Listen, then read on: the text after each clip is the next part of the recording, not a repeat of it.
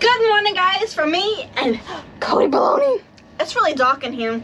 I wish we had some lights. Oh, but wait!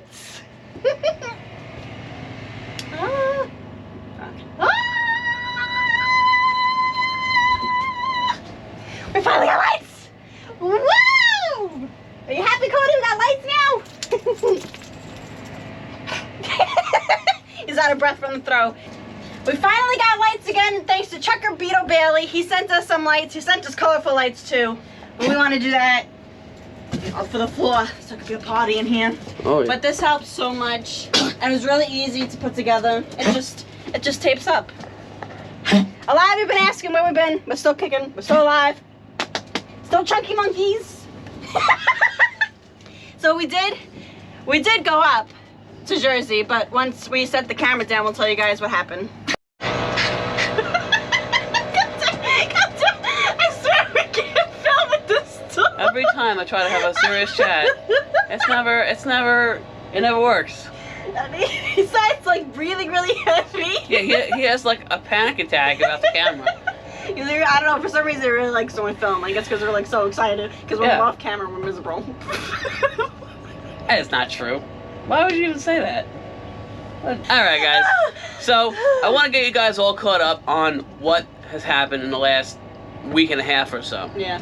If you follow us on Instagram, you saw that if you don't follow us, you should, because we're up to date more on that when it comes to like stuff that just like how this is, how we didn't film for a while. I film a lot, I take photos a lot on Instagram, so you kind of be up to date with what's been going on. Yeah, highly recommend you guys subscribe to the Instagram. It's the same thing. It's that_nomadic_couple, and I'll put it up above. And as always, it's down below in the description. I usually answer back pretty quick, but I know some people comment under photos and stuff, but we've just been so busy heading back over here. Yeah, people like to make sure we're still breathing. So yeah, we are. I'm still posting on Instagram, so we're still fine. Yep. So basically, what happened is I had this whole plan. My mom invited us up to Long Beach Island. She rented a house, and you know, I said, okay, we're gonna come up, but I wanted to make money for that trip. I didn't want to have to touch whatever savings I had. So we were hustling around doing jobs. I did like 2 jobs, I think, at the time. And then the water pump went on the bus. I was coming out of the bank, and Sam was sitting in the bus with it running for the air conditioner, and I just saw coolant pouring out of the bus. And I was kind of hoping it was a coolant hose, because that would have been a lot cheaper. But unfortunately, it was a bad, I don't know what he said, is a bad gasket or a bad seal or something like that on the water pump itself, and it was just pouring out. So we had to go.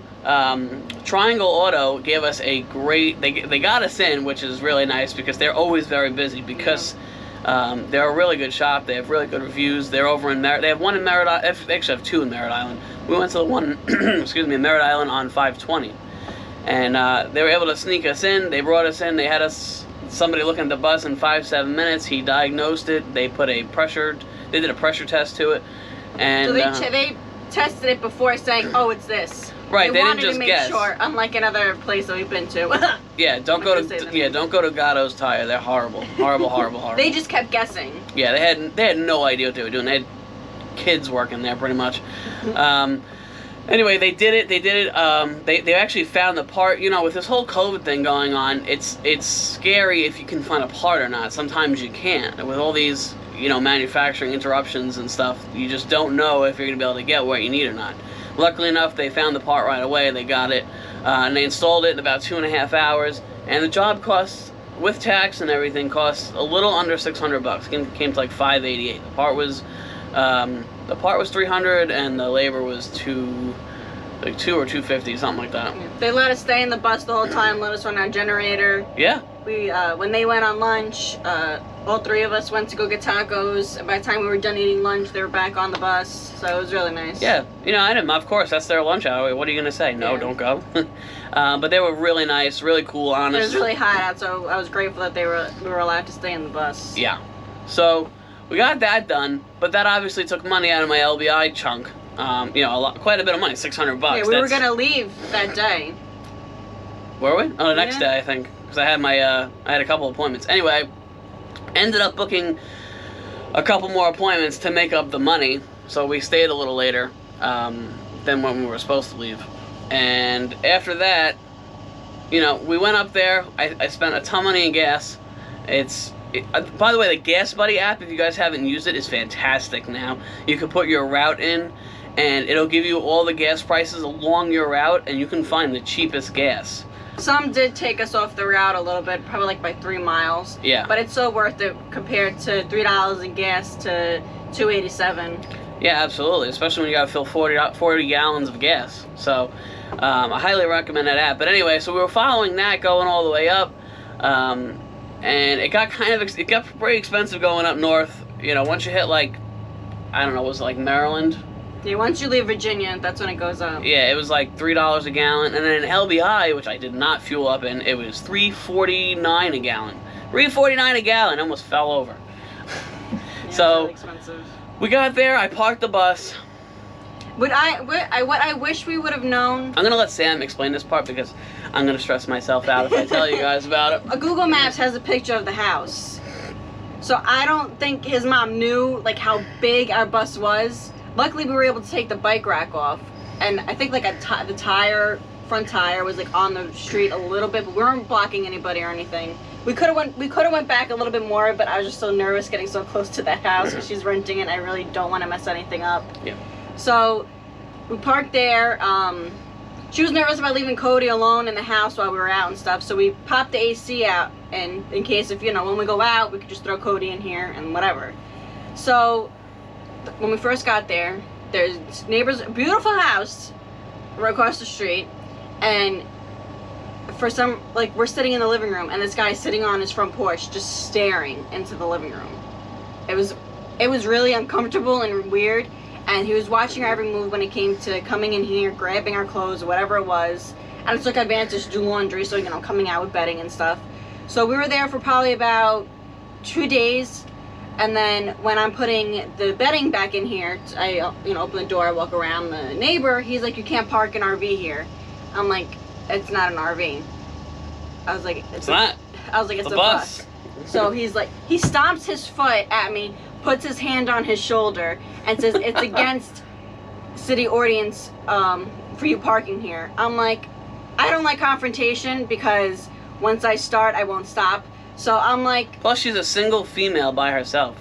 You don't approach... Then he tells the neighbor to come over while he's talking to me. I didn't like that either. I'm like, what is this? A neighborhood gathering? I'm renting the house. I'm not the owner of the home. You don't tell me what to do.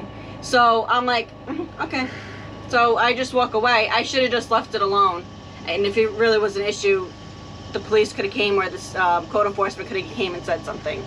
First of all, I'm parking a bus.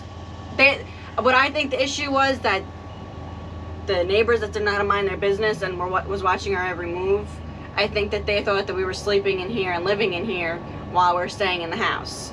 So I go inside, I tell, because we don't like problems with anybody, especially that his mom is renting the house. So I go inside, I tell them that somebody has an issue with the bus being parked here. So Sean goes outside and talks to him. This guy had nothing else better to do. 75-something-year-olds had to... Way too much free time on his hands. The end of the story was that he wasted our time. His mom had to go outside and talk to him. She had to talk to the neighbor across the street because they both had nothing else better to do but gossip. And long story short, he wasted our time. Forgot, said, okay, whatever. Went back inside. His mom's like, she said it was okay. And we're like, what? So that whole But believe me, there was a much bigger confrontation. I'm telling you guys, I'm just leaving it kind of calm because I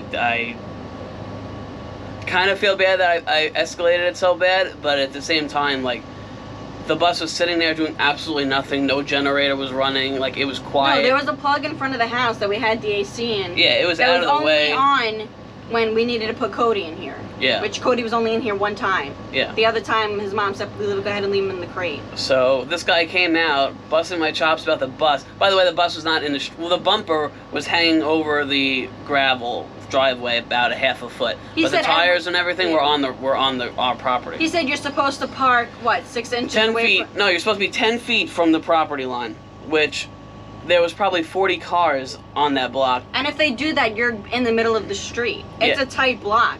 You won't be able to go through the road if you're 10 feet off the thing. No, 10 feet from your property line. Yeah. So you have to be 10 feet from the street, apparently. for your car to be legal. But there was about 40 other cars there with their cars parked right up to the tip of their driveway, and then the next inch would be the road.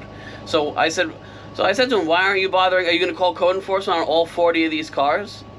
Like, why are you bothering me? I said, my bus is just sitting here. It's not blocking traffic at all. It's not blocking a sidewalk. It's just sitting here.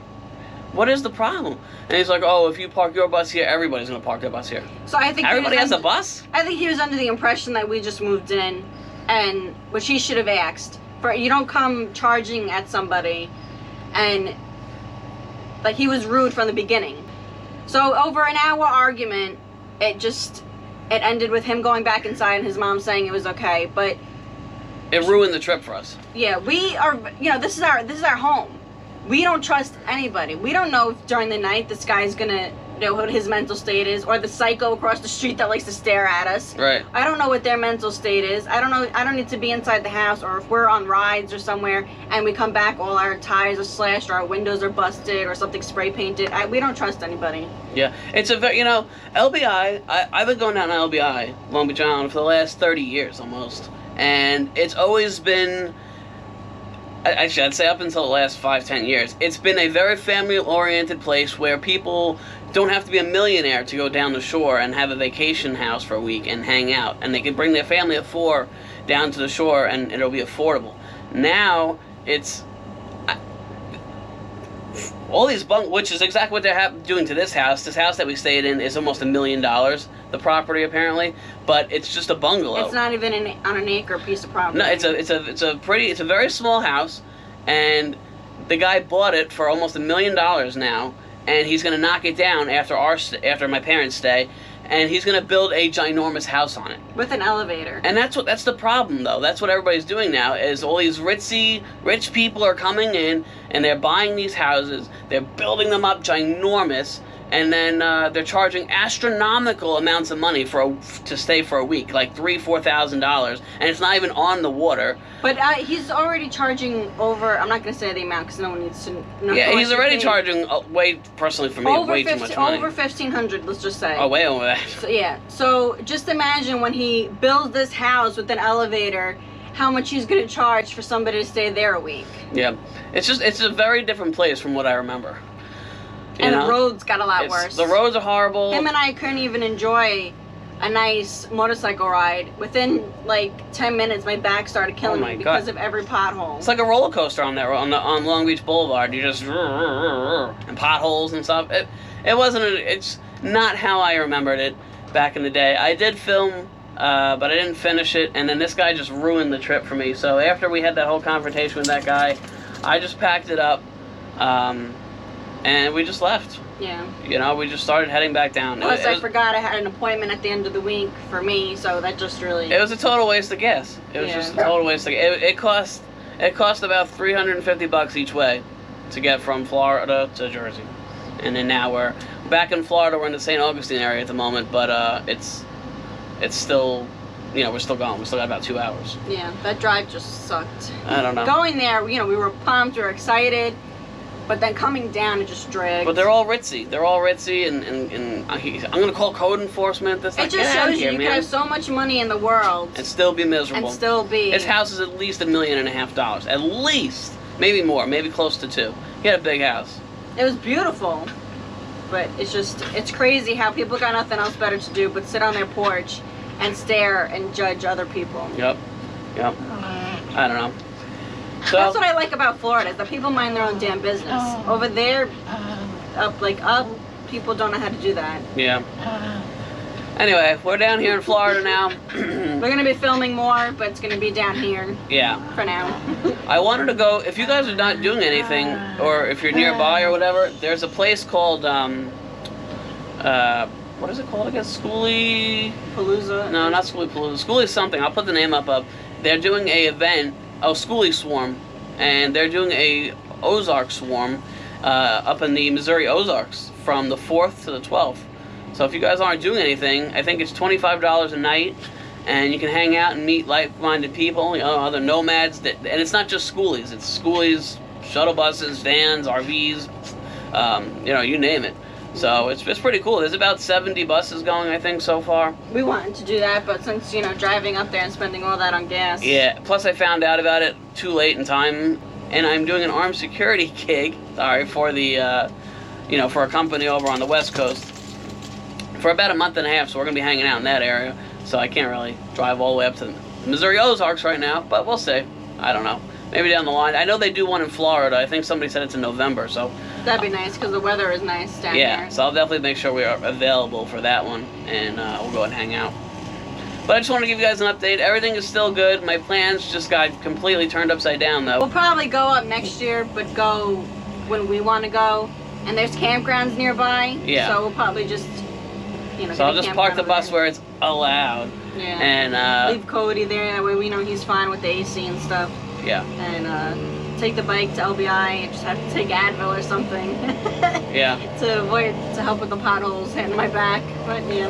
Well, it looks like they're gonna start weed whacking over here. I think they have been weed whacking, but just want to let you guys know, I'm gonna throw this video up for you. I know it's not a totally adventurous video, but I know a lot of you have been asking where we are, so I just wanted to get you guys up to date on what's been going on.